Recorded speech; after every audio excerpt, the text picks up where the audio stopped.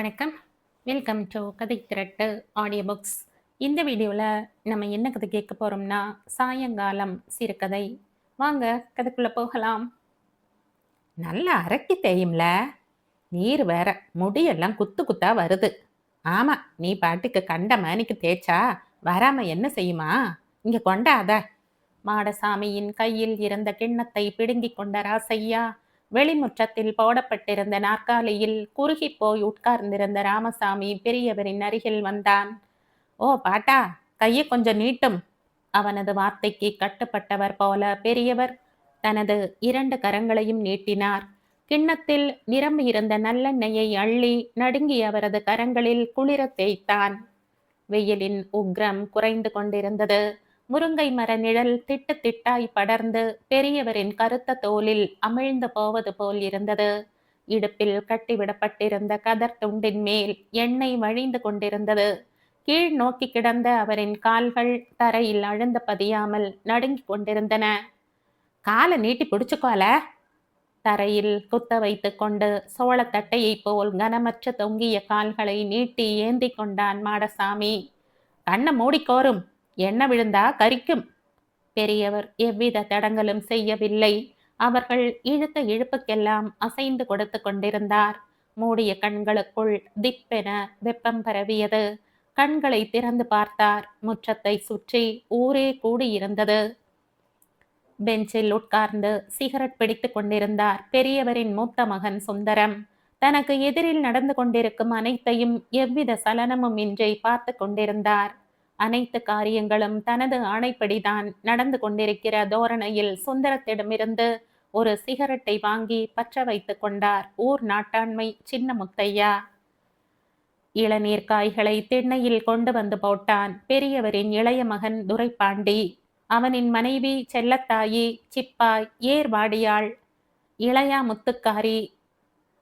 இளையாமுத்தூர்காரி சுந்தரி, சேர்மணிக்கனி, லட்சுமி, இன்னும் 1-2 சிறுசுகள் என ஊரே கூடி நின்று வேடிக்கை பார்த்து கொண்டிருந்தது. மெஞ்சுக்கு பின்னால் உட்கார்ந்திருந்த துரைப்பாண்டியின் மகன் தரையில் கிடந்த சைக்கிள் டயரை எடுத்து உருட்டியபடி கூட்டத்தை விலக்கி கொண்டு தெருவுக்குள் இறங்கி ஓடினான். சாவா, இப்படியே இழுத்துக்கிட்டு கிடந்தா எல்லாருக்கும் சிரமந்தான். வயசாயிட்டுனா காலாகாலத்துல யாருக்கும் தொல்லை இல்லாம போய் சேர்ந்துடணும். அப்பத்தான் மரியாதை. அதுவும் சரிதான். மைனியோ சாவு நம்ம கையிலையா இருக்கு. அதுக்கு நேரம் வரணுமில்லா. சின்னவன் பொண்டாட்டி என்ன மலந்தான் செய்ய முடியும். இந்த காலத்துல எவ செய்வா? லட்சுமியிடம் மெதுவாக சொல்லி கொண்டிருந்தாள் சுந்தரி. அடுத்த மாசம் உப்பிலாங்கோயில் கொடை வேற வருது. இப்படியே இழுத்துக்கிட்டு கிடந்து அப்ப பார்த்து மண்டைய உதறிட்டாருன்னா அலக்கழிஞ்சு போயிரும். அதான். பெண்கள் ஆளாளுக்கு பேசிக் கொண்டிருந்தனர். கொஞ்சம் நிமிர்ந்து உட்காரும் சின்னையோ. நாற்காலியில் சாய்த்திருந்த முதுகை முன்னே நிமிர்த்தினார். மார்பெலும்புகள் துருத்தி கொண்டு முன்னே வருவது மாதிரி இருந்தது. மடித்து சுருங்கி கிடந்த வயிற்று தோலை விரலால் நீக்கி தொப்புளுக்குள் எண்ணெய் ஊற்றி கொண்டிருந்தான் மாடசாமி. நல்ல குளிர ஊத்துங்கடே, நல்லெண்ணெய் சூட்ட அமுத்தும். பெரியவரின் காதில் பெருமாளின் குரல் அதிர்ந்தது.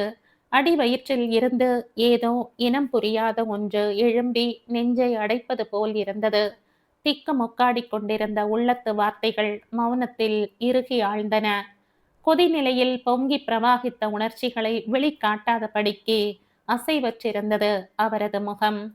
ஆழத்தில் கிடந்த அவரது கண்கள் மலங்க விழித்தன. தன்னை சுற்றி நிற்பவர்களுக்கும் தனக்குமான உறவை அசை போட மனம் ஏங்கிற்று. நீர் திரையிட்டிருந்த கண்களுக்குள் எதிரே நிற்கும் பிம்பங்கள் பிசகிக் கொண்டிருந்தன. காலம்தான் எத்தனை புதிர்களை சிதறிவிட்டு கடந்து போய்விடுகிறது. ஒரு காலத்தில் அவருக்குத்தான் இந்த உலகம் எவ்வளவு வியப்பாயிருந்தது. கட்டவிழ்ந்து வெறி கொண்டு மண்ணை கொம்பால் குத்தி கிளறுகிற காளை மாதிரி சூடேறி திமிரிய காலம் அவரது இளமையின் அதிசயம்தான். பபூனுக்கு சாராயம் வாங்கி கொடுத்து கரகாட்டக்காரியை விழத்தட்டும் நெஞ்சழுத்தம், காட்டு மாட்டுத்தனமாய் எவனையும் கை வைக்கும் தீவெட்டித்தனம், நடுசாமத்தில் சுவரேறி குதித்து மாமன் மகள்களை ஒருத்திக்கு தெரியாமல் ஒருத்தியாய் வசப்படுத்தி கொண்ட தைரியமெல்லாம் கைவசம் இருந்தது ராமசாமியிடம். கையும் களவுமாய் பிடித்து என்றைக்காவது பஞ்சாயத்தில் கட்டுல தாலிய என்று எவனாவது சொல்லக்கூடும் என பயந்தாள் தாய்க்காரி.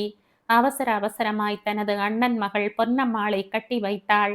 கல்யாணமான புதிதில் ராமசாமிக்கு எல்லாமே விளையாட்டாகத்தான் இருந்தது.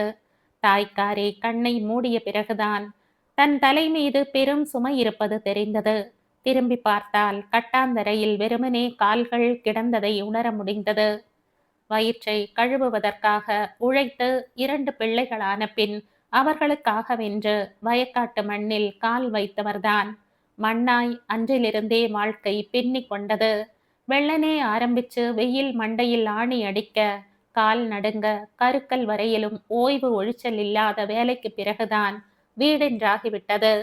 முடியும் தருவாயில் ஆரம்பத்தில் இருக்கும் வேலைகள் அவரை திக்கு முக்காடு செய்தன. பெரியவன் சுந்தரத்தை பட்டணத்துக்கு அனுப்பி வைத்தார்.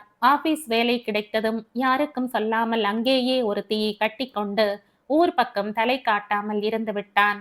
சின்னவன் துரைப்பாண்டி காட்டு வேலையில் கை தேர்ந்து விட்டான். அவனுக்கு திருமணம் செய்து வைத்து எல்லாவற்றையும் ஒழுங்குபடுத்தி நிதானத்திற்கு வருவதற்குள் காலம் தடுமாறியது. தன் வாழ்நாளின் 40 வருடங்களை அவர் தனக்கென்று வைத்துக் கொள்ளாதபடிக்கே உறவுகள் பங்கு போட்டு கொண்டு விட்டன. கணவனோடு தனது ஒவ்வொரு கணங்களையும் பரிபூரணமாக பிணைத்து கொண்டிருந்த பொன்னம்மாளின் வாழ்நாளை காலம் வழிப்பறி செய்து கொண்டது. தனது வலக்கரமே இல்லாதது போல் நிராதரவாய் தள்ளப்பட்டார். ஏ சின்னாத்தா, உன் மாமனாரு வயக்காட்டில் மயங்கி கிடக்காரு என்று ஓடி வந்து மூச்சிறைக்க மூத்த மக்கா சொன்னதும் வாயில் வயிற்றில் அடித்து கொண்ட செல்லத்தாயி ஓடினாள். அவளுக்கு பின்னே ஊரே திரண்டு போனது. வயக்காட்டில் மல்லாந்து கிடந்த ராமசாமி பெரியவரை தூக்கி வந்து கட்டிலில் போட்டார்கள். பார்க்காத வைத்தியமெல்லாம் பார்த்தாகிவிட்டது. வைத்தியருக்கும் என்ன வியாதி என்று பிடிபடவில்லை.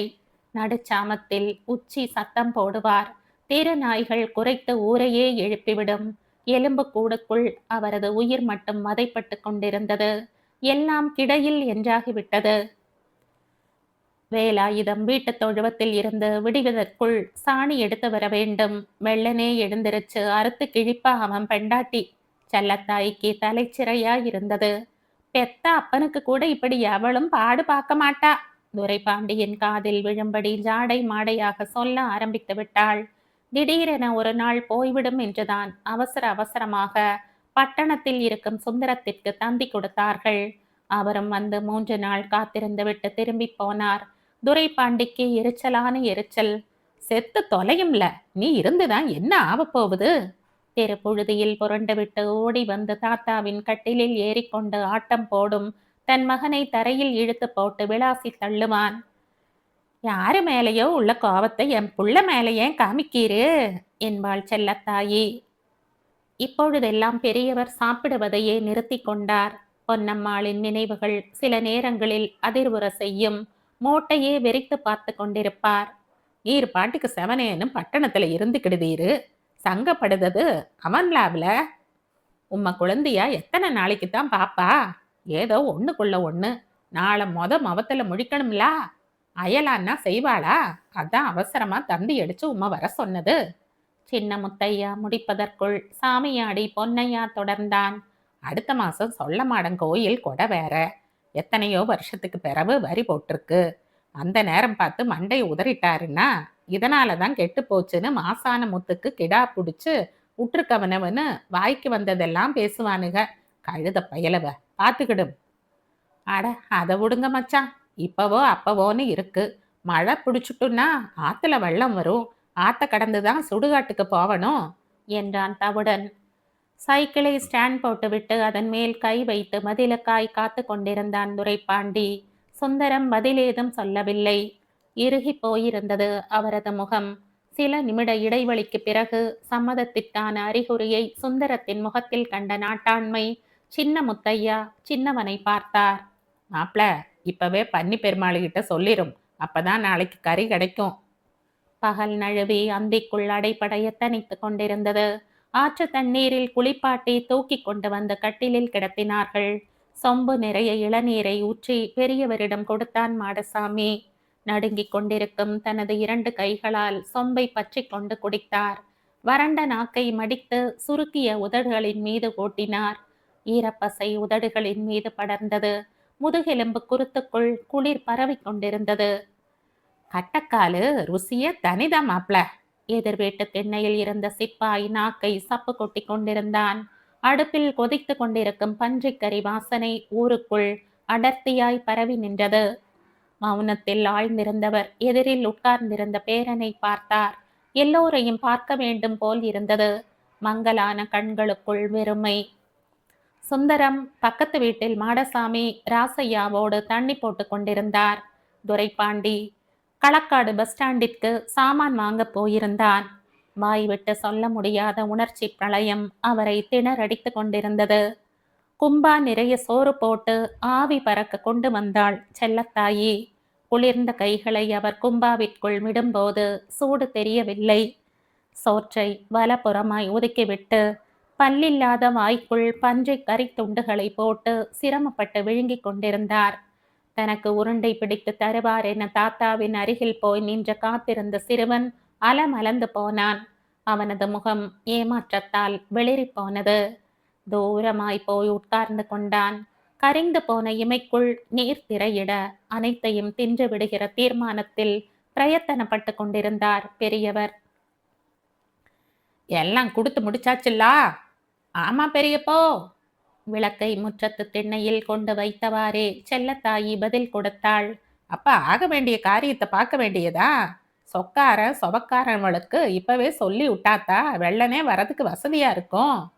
இருள் கவிந்த ஆழ்கடலுக்குள் மெல்ல அமிழ்ந்து கொண்டிருக்கும் ராமசாமி பெரியவரின் காதுகளில் நாட்டாண்மை சின்ன முத்தையாவின் குரல் கேட்டுக்கொண்டிருந்தது.